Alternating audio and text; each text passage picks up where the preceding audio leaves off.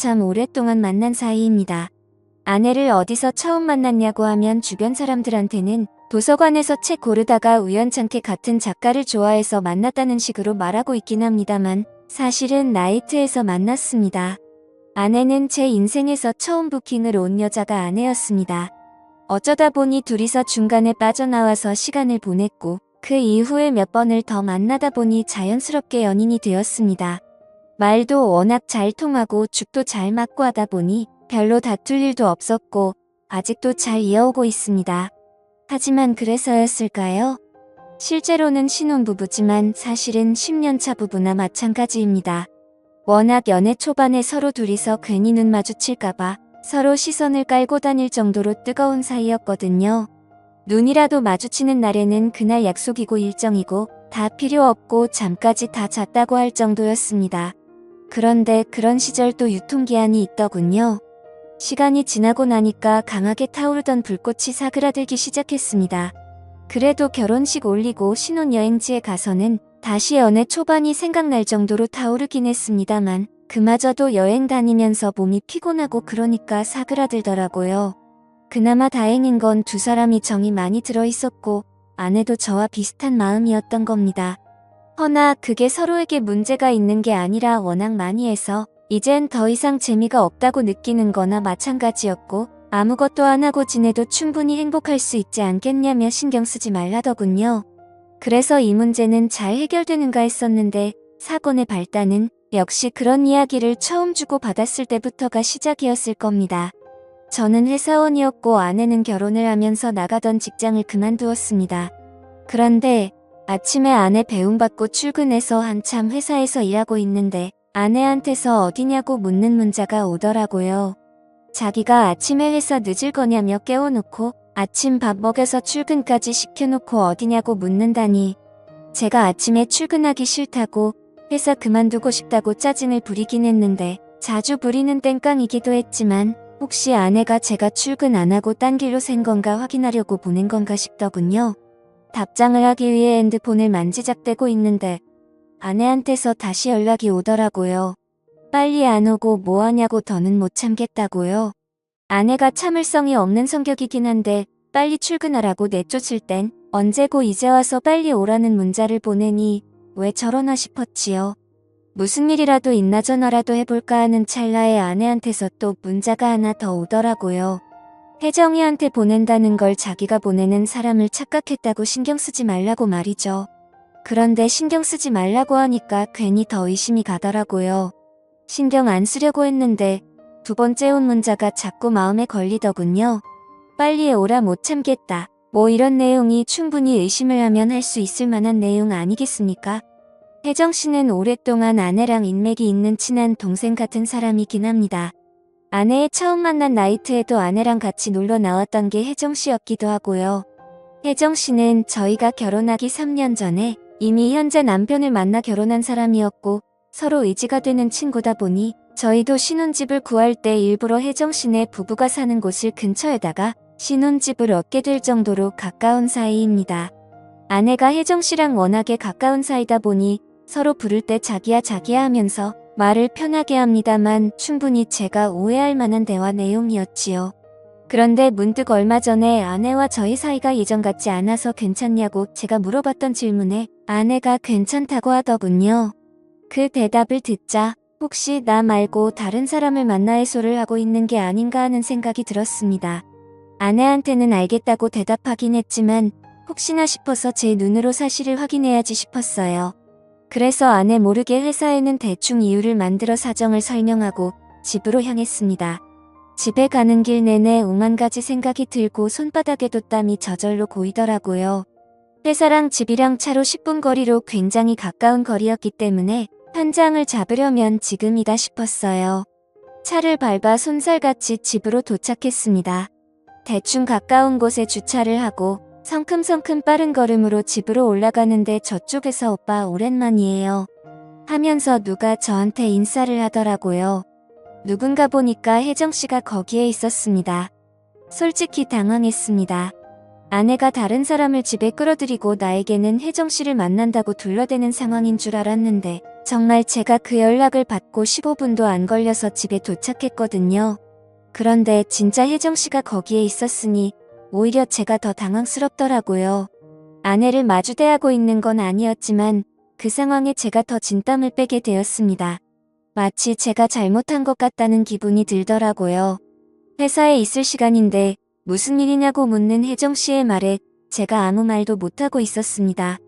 혜정씨가 워낙 애교도 많고 아무래도 아내랑도 알고 지낸 시간이 길다 보니 자연스럽게 혜정씨랑 저도 많이 친한 사이거든요.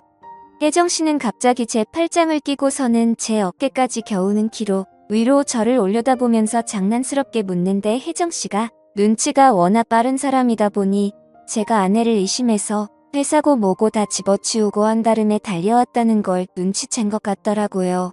사실 처음에 나이트에서 부킹 왔을 때도 아내랑 혜정씨랑 같이 왔는데 저는 혜정씨가 더 마음에 들기는 했지만 상황이 그렇게 되기도 했고 이후에도 제가 아내랑 더 잘 되는 분위기였기에 혜정씨에 대한 마음은 진작 접기도 했었더랬죠. 아무튼 혜정씨가 애교를 부리면서 질문 공세를 펼치는데 대답하기 난감하더라고요. 이미 제가 아내가 바람피는 건가 의심돼서 왔다는 걸 다 눈치채고 있으면서 저러니 정말 여우 같았습니다. 혜정씨는 아내한테 전화를 걸더니 급한 일이 생겨서 늦게 가게 될 것 같다고 둘러대놓고는 저한테 난데없이 점심을 사달라는 겁니다. 저는 캥기는 게 있기 때문에 하는 수 없이 그렇게 하겠다고 했고 근처에 있는 파스타 집에서 혜정씨랑 마주 앉아 식사를 했네요. 혜정씨는 나름 저랑 아내를 걱정해준답시고 점심을 사달라고 했던 겁니다. 연애하면서도 한 번도 안 싸운 데다가 10년을 넘게 만나온 사이인데 제가 무슨 계기로 아내가 저를 두고 바람을 피고 있구나 생각하게 되었는지 그걸 슬쩍 떠보려고 저를 불러낸 거였어요. 그래도 참 속이 깊은 여자였습니다. 이렇게 된 경위가 궁금했던 것도 있었겠지만 아내가 저를 얼마나 사랑하는지 우리 둘이 얼마나 잘 어울리는 한 쌍인지 설명을 하면서 제가 언니 그러니까 제 아내를 의심하는 건 가당치도 않은 일이라며 저보고 반성을 하라는 듯이 핀잔을 주더군요. 아무튼 그렇게 혜정씨와 점심 식사를 마치고 저는 다시 회사로 돌아갔습니다. 혜정씨는 다시 저희 집으로 가서 원래 계획대로 아내를 만났던 것 같고요. 퇴근하고 집에 온 이 아내가 오늘 혜정씨 만났다는 이야기를 하는데 다행스럽게 혜정씨가 아내한테 오늘 저를 마주친 이야기는 약속한 대로 비밀로 해줬던 것 같습니다. 그렇게 그날 일은 제 기억 속에서도 잊혀져 가고 있었습니다. 그러던 어느 날 아내가 아침에 저를 불러 세우더라고요. 그러면서 하는 말이 혜정씨가 하고 있는 일 관련해서 저한테 상담을 받아보고 싶다는 겁니다. 제가 하는 일이 관련이 돼 있는 일이 있어서 전문가인 저한테도 한번 물어나 보고 싶다는 말이었는데 사실 제가 사무직이라서 실무 관련해서는 크게 아는 바가 없는데 난데없이 그날 혜정씨가 제 팔짱을 끼면서 살짝 저를 홀리게 만드는 그 표정이 생각이 나서 알겠다고 대답을 했습니다. 혜정씨가 먼저 만나자고 했던 상황이다 보니 혜정씨를 만나는 데는 그렇게 오랜 시간이 걸리지 않았습니다. 쇳불도 단김에 빼랬다고 그 주 토요일에 둘이서 만나게 되었습니다. 저는 그런데 토요일에 만나다 보니 당연히 아내도 저를 따라올 거라고 생각했는데 일 관련해서 만나는 건데 자기가 그 자리를 왜 끼냐며 그 친한 혜정씨 만나는 자리를 마다하더라고요. 그리고 아내도 제가 나가는 거 생각해서 저녁 약속을 만들었다고 그러니까 너무 자기 혼자 두는 것에 대해 부담 가질 필요도 없다고 해주는 겁니다.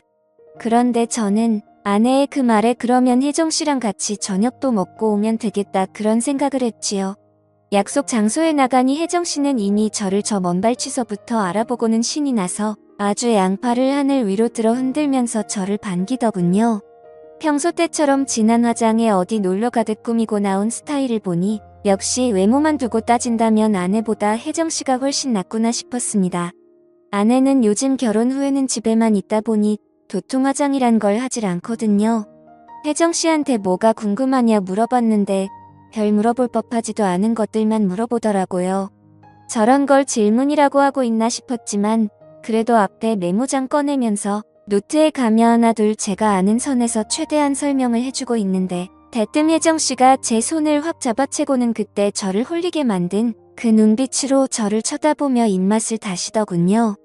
그때 둘이 나가서 점심 먹을 때 자기는 참 좋았다고 일 이야기는 다 뻥이고 사실 저랑 같이 식사나 하고 싶어서 만든 자리라고 하면서 가끔씩 이렇게 둘이 점심이든 저녁이든 같이 먹는 시간을 가졌으면 참 좋겠다 이런 이야기를 하는 겁니다.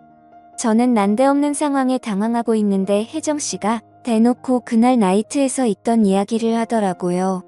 애초에 혜정씨도 제가 마음에 들었었다고요. 그런데 아내가 저를 너무 마음에 들어해서 하는 수 없이 양보해줬었다고 하는 거예요. 그러면서 그동안도 저희 부부와 혜정씨가 인연을 계속 이어왔는데 혜정씨는 행복해 보이는 저를 볼 때마다 그렇게 슬펐다는 거예요. 그러면서 가끔씩 그때 나이트에서 아내한테 저를 양보하지 않고 자기가 그냥 제 옆에 앉았으면 지금 아내의 자리에는 자기가 있지 않았을까? 하는 생각을 한다면서요. 저도 연애하면서 아내와 긴 시간을 함께 보내오면서 혜정씨가 참 괜찮은 사람이다 싶었고 욕심낸 적도 있었지만 결국 그러지 못했지요.